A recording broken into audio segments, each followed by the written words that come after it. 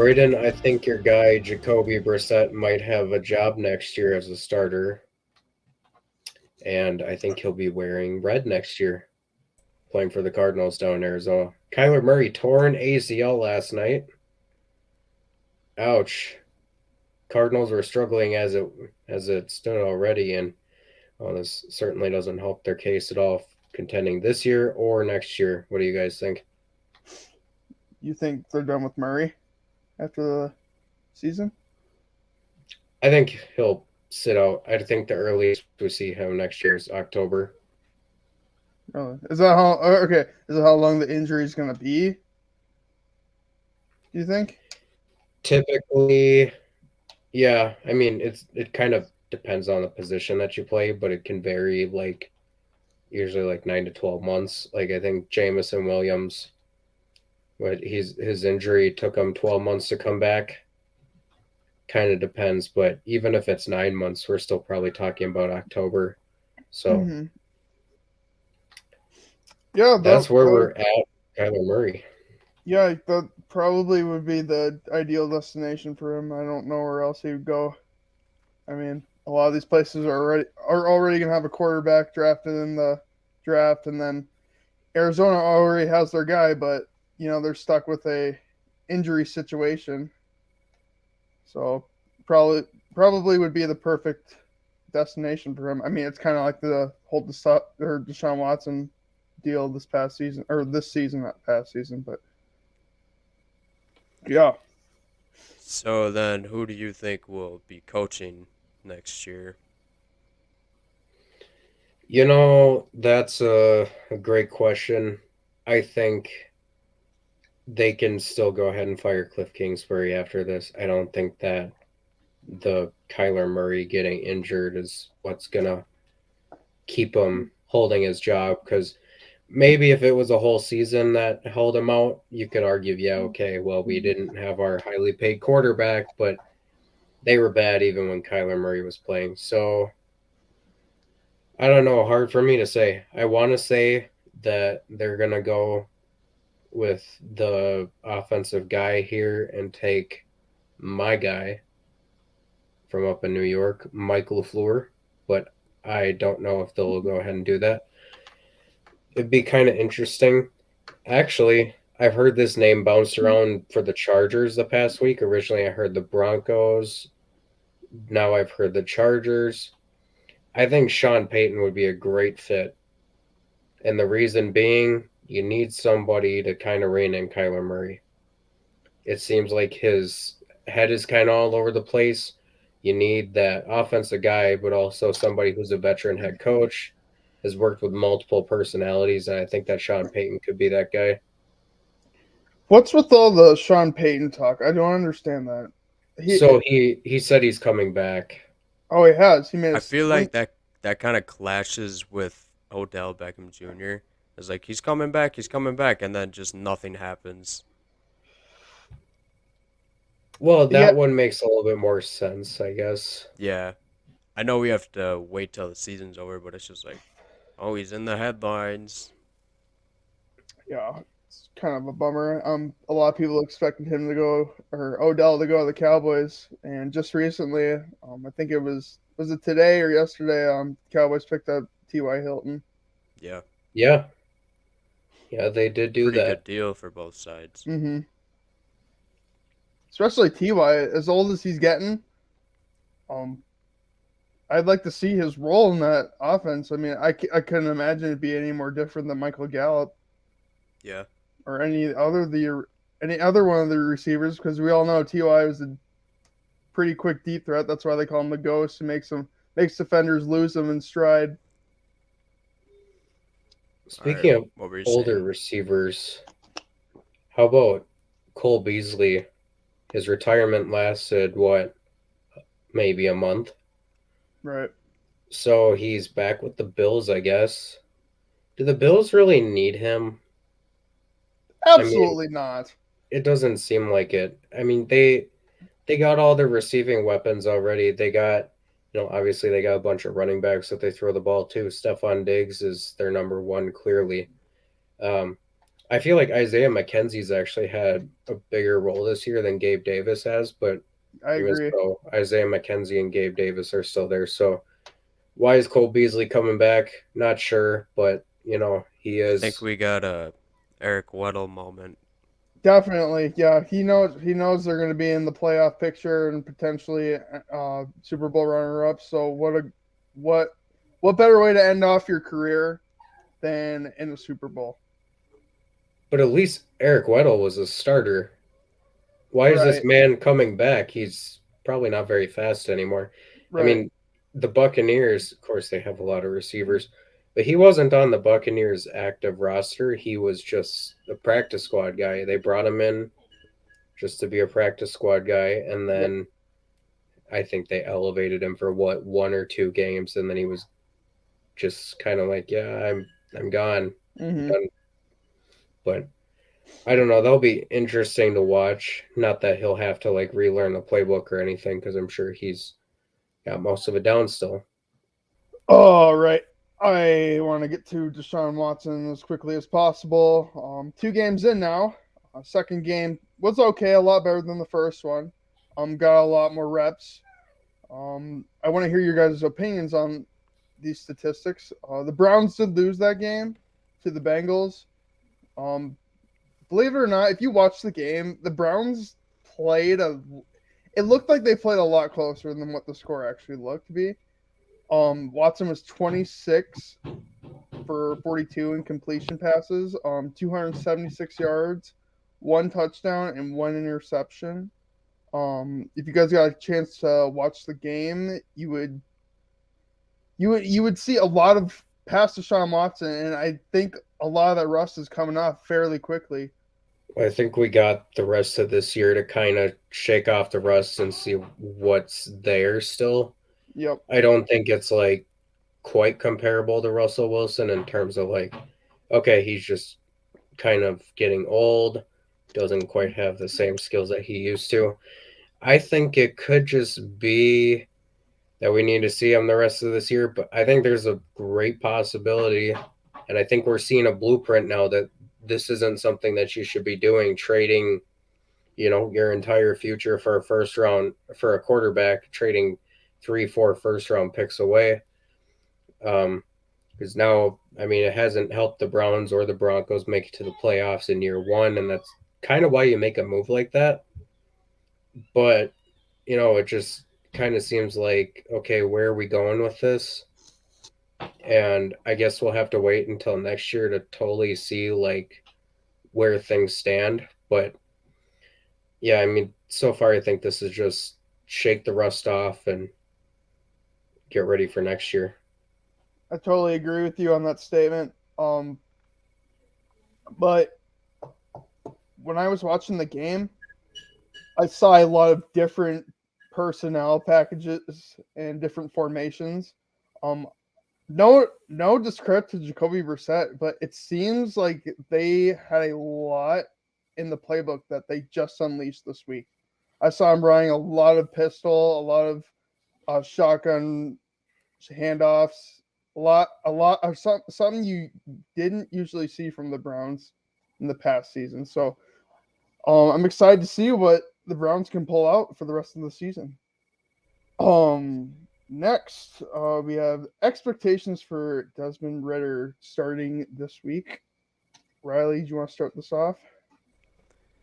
I kind of want to see what you guys have to say about it. I mean, I don't know what to expect quite, because I mean, outside of Drake London, I th- what does he really have to do? and I think that's the whole story here. I think that's what the Falcons want to see. I mean, obviously he hasn't been starting. I don't know if you want to blame that just because he's on a rookie or Marcus Mariota was playing over him or playing a lot better than him. But I mean, we're gonna get a taste of what Desmond Ritter looks like in his rookie season. So that's all I got. I mean, it's either he's good or he's not. Connor, what do you think? I know you've watched a fair amount of games from him. So, from what I saw from him in college, I wasn't like overly impressed.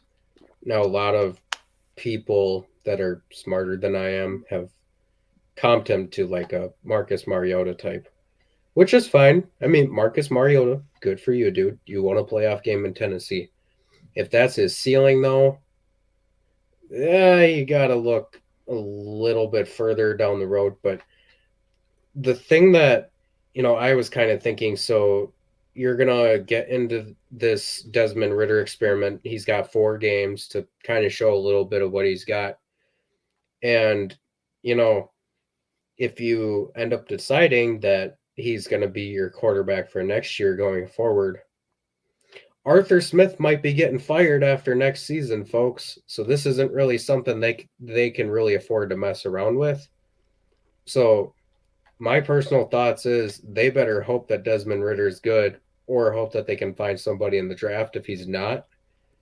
But I feel like the Falcons kind of put themselves in a bad position. I mean, this goes back to the first year of Arthur Smith in Atlanta, instead of tearing down everything and trying to build it back up, he decided that he was going to run it back one more year with Matt Ryan, similar to what the Vikings have done this year. It just didn't work for Atlanta the way that did in Minnesota. So, they could have used that as an opportunity to go get the quarterback. They did not. Instead, they waited until the next year. Well, there wasn't really any good quarterbacks in that class, and they still got one, but it wasn't like a top tier type guy. I That we mean, know of yet. Desmond That we Ritter, know of yet. right? I mean, Desmond Ritter was drafted in the 3rd round, so it's very possible that he's going to play like a 3rd round quarterback. I mean, there's a reason with Mariota's struggles. There's a reason why he hasn't started until just now. So, I mean, obviously it takes time to ease somebody into it, get it ready. I mean, even 1st round pick Kenny Pickett wasn't ready to go at the beginning of the season. But I'm concerned for the future of the Falcons. I mean, we kind of brought this up. I wouldn't be surprised with how well the rookies are playing this year, that if Ritter came out and just lit it up, it wouldn't surprise me. I mean, Brock Purdy's got all the weapons, But it's but going to be hard to do because the Falcons were don't they have all playing? the Falcons don't have all the weapons that the 49ers do. I know, They're but playing New Orleans too, and New New Orleans, Orleans New Orleans so they have a pretty good defense, even though their team yeah. overall has struggled. So I mean, this is kind of, not to cut you off or anything, but this is kind of like, see what you can do against one of your division rivals. Here you go, pal. We're throwing you in there against a good defense. Go do it.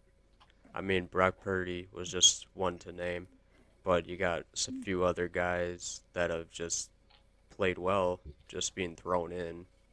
It wouldn't surprise me if he came out with like a 300-yard, 2-touchdown game.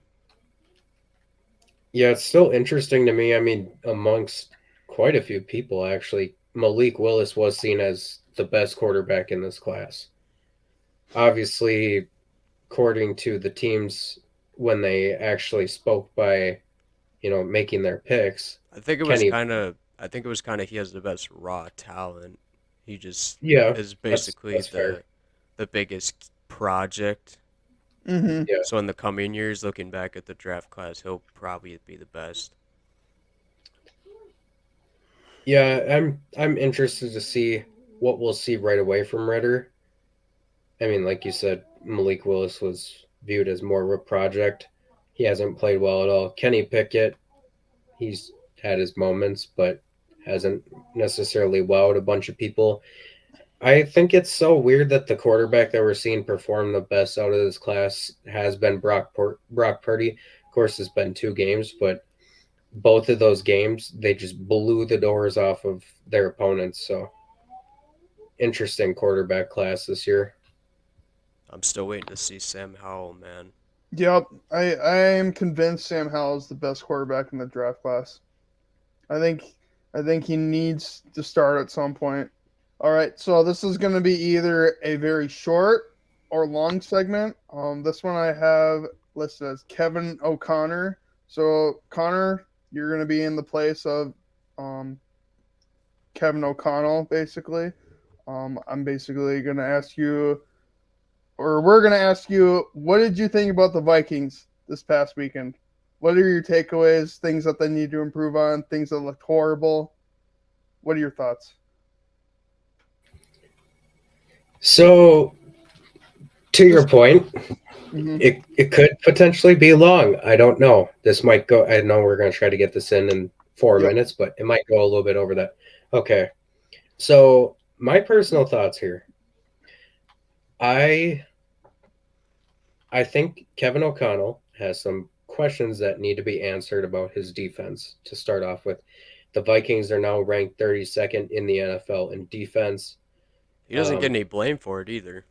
no, that's exactly what my point was going to be. Is he deserves blame? He is wearing the hat that says head coach.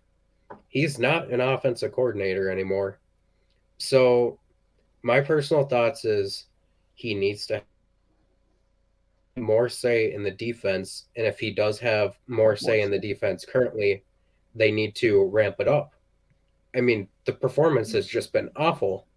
And I know he's a first year head coach, but really, dude, 32nd overall in the NFL.